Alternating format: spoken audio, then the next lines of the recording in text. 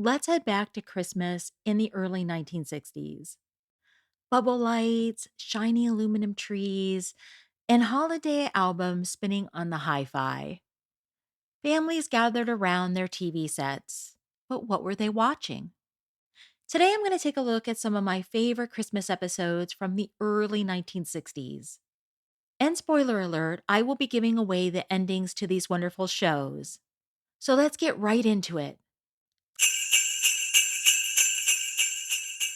First up, The Andy Griffith Show Christmas Story. It's Christmas time in Mayberry, and the whole town is full of holiday cheer. That is, except store owner Ben Weaver. When Ben catches Sam Muggins making moonshine, he insists that Andy lock him up, even though it's Christmas Eve and Sam has a wife and kids at home. You see, Ben's store sells spirits legally, so he is not about to overlook someone cutting into his business, especially at Christmas. So Andy decides if he is legally obligated to lock Sam up, he is going to bring Christmas to Sam in the jail. So Andy, quote, arrests Sam's wife and children as accessories and puts them right in the cell with Sam. And soon, Andy, Barney, Ellie Walker, Aunt Bee, and Opie decorate the courthouse. They bring in dinner and eggnog, and they turn the jail into the most festive place in town. And grumpy old Ben Weaver observes what's happening, and he's fuming at first. But then, seeing everyone so joyful, he starts to have a change of heart. Ben decides that he is going to get himself arrested, hoping Andy will lock him up too, so that he can join in on the fun. But Andy keeps letting him go. Later, Ben peers through the jail window as Ellie sings away in the manger. And quietly, Ben sings along, his gruff exterior melting away. But as he leans up to get a better look, the crate he's standing on slips out from under him with a crash. Andy steps outside to check on the noise and he finds Ben. And Andy starts to realize what's going on. Ben's been trying to get himself arrested all along. And Andy realizes that he just wants to be part of the celebration. And so he obliges to haul Ben in. But not before Ben makes a stop at his store, returning to the jail with Christmas presents for everyone. The Andy Griffith Show Christmas Story originally aired on December 19th, 1960. Crunchy little nuggets bursting with nut sweet flavor. Well, first we got to exercise them. Do we have to? That's our agreement. We got to keep slim and trim. It helps to eat the right kind of foods, like a post-grape nuts breakfast. I do, honest. And we got to exercise. How all? You want your post-grape nuts? Barn. Come on. A grape nuts breakfast fills you up, not out. Next up, The Twilight Zone, The Night of the Meek.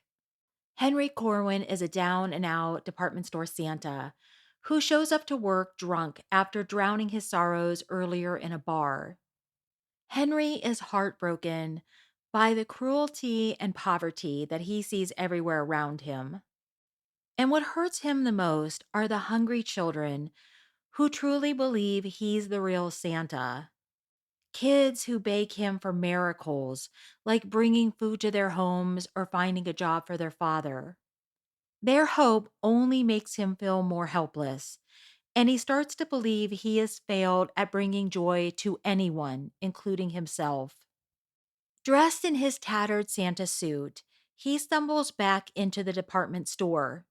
He ends up collapsing off the Santa chair and onto the floor, which is the final straw for his angry boss who promptly fires him. Exhausted and defeated, Henry says, "Just one Christmas.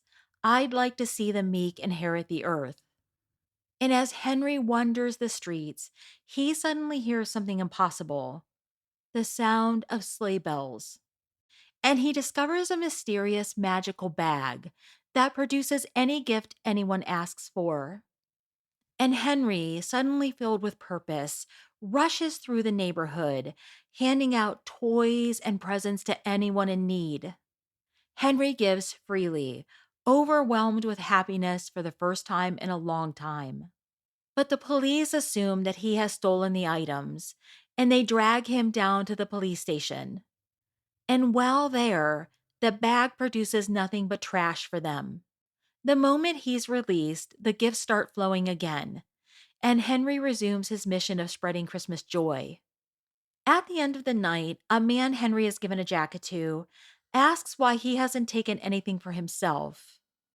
And Henry replies that if he could choose any gift at all, he'd wish for the chance to hand out presents like this every Christmas. Henry returns to the alley, and there he finds an elf in a reindeer driven sleigh waiting for him. The elf tells him that they've been waiting quite a while for him and that they need to get going because there is a lot of work that needs to be done before next Christmas. And Henry climbs aboard, finally finding the purpose and peace he had been searching for. The Twilight Zone, The Night of the Meek, originally aired on December 23rd, 1960. Christmas morning at last. What wild and wonderful dreams are waiting to come true beneath this tree? A certain present here will make this Christmas the one to be remembered always. A Lionel electric train. It will grow in value and importance during the years ahead by giving these children a sense of responsibility while the whole family has loads of fun. Next up, Hazel's Christmas shopping. Hazel has her heart set on buying Dorothy a beautiful mother of pearl brush and mirror dresser set for Christmas. And at the same time, Dorothy is trying to figure out the perfect present for Hazel. And George is going through his own dilemma when he realizes he has spent years giving Dorothy the same gift over and over again, a purse. And George is determined to do better this year, so he heads back to the department store to exchange the purse he bought yet again. But before he can return it, it is stolen right out from under him by a shoplifter who has been plaguing the busy store. Meanwhile, as Hazel and Dorothy browse the department store together, Hazel pauses to admire the mother of pearl set she had hoped to buy for Dorothy. Misunderstanding her admiration for the set, Dorothy thinks Hazel actually wants it for herself, and she decides that this will be the gift that she gives Hazel for Christmas. While Dorothy looks through the rest of the store, Hazel goes to purchase the set, only to discover it costs twice as much as she expected. And with only one set left, she asks the clerk to put it aside for her. And then she takes a part time job at the store to earn the extra money. Later, when Dorothy returns to buy the mirror set, she is disappointed to learn that the last one has already been reserved for someone else. But she is delighted when the manager tips her off that Hazel has actually been eyeing a musical powder box. Hazel's enthusiastic but disastrous customer service leaves her on the brink of being fired. In her well meaning attempts to help customers, she unknowingly assists the shoplifter by politely holding the door for him.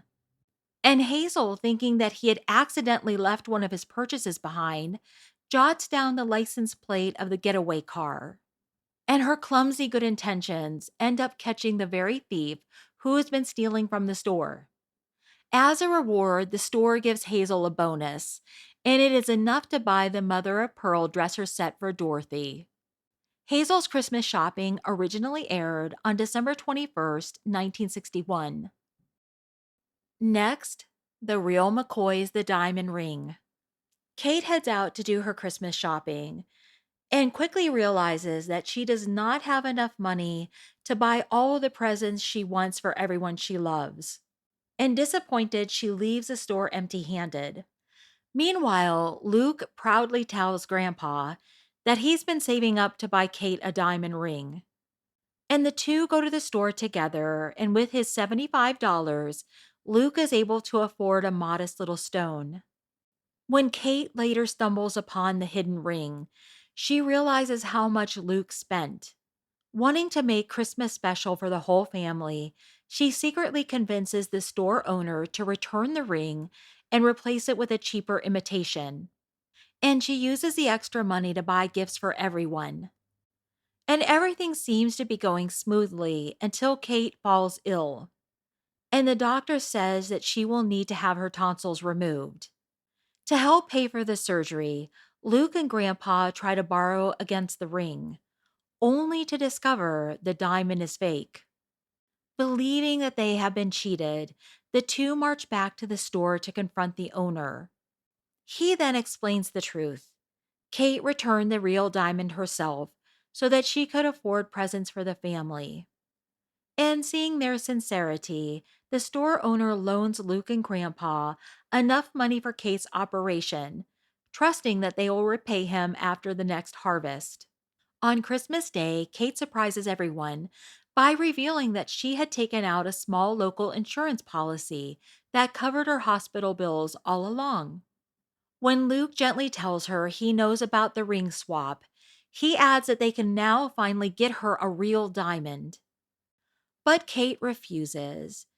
She says that she once dreamed of owning a real, genuine diamond ring, but she realizes that it really isn't important at all, and that she loves a simple little ring with the imitation stone even more. The Real McCoys, The Diamond Ring, aired on November 23rd, 1961. And that's all I have for you today. But if you'd like more Christmas TV nostalgia, I do have other videos on my page. I will link them in the comments below. And I hope you have a wonderful holiday season. And thank you so much for watching. Everywhere, this is the season for the selflessness of giving as the new year opens wide its doors. And in the spirit of this season, on earth, peace, goodwill toward men, the management and staff of this theater join in wishing you, surrounded by your loved ones, a very Merry Christmas and the happiest and most blessed of New Years.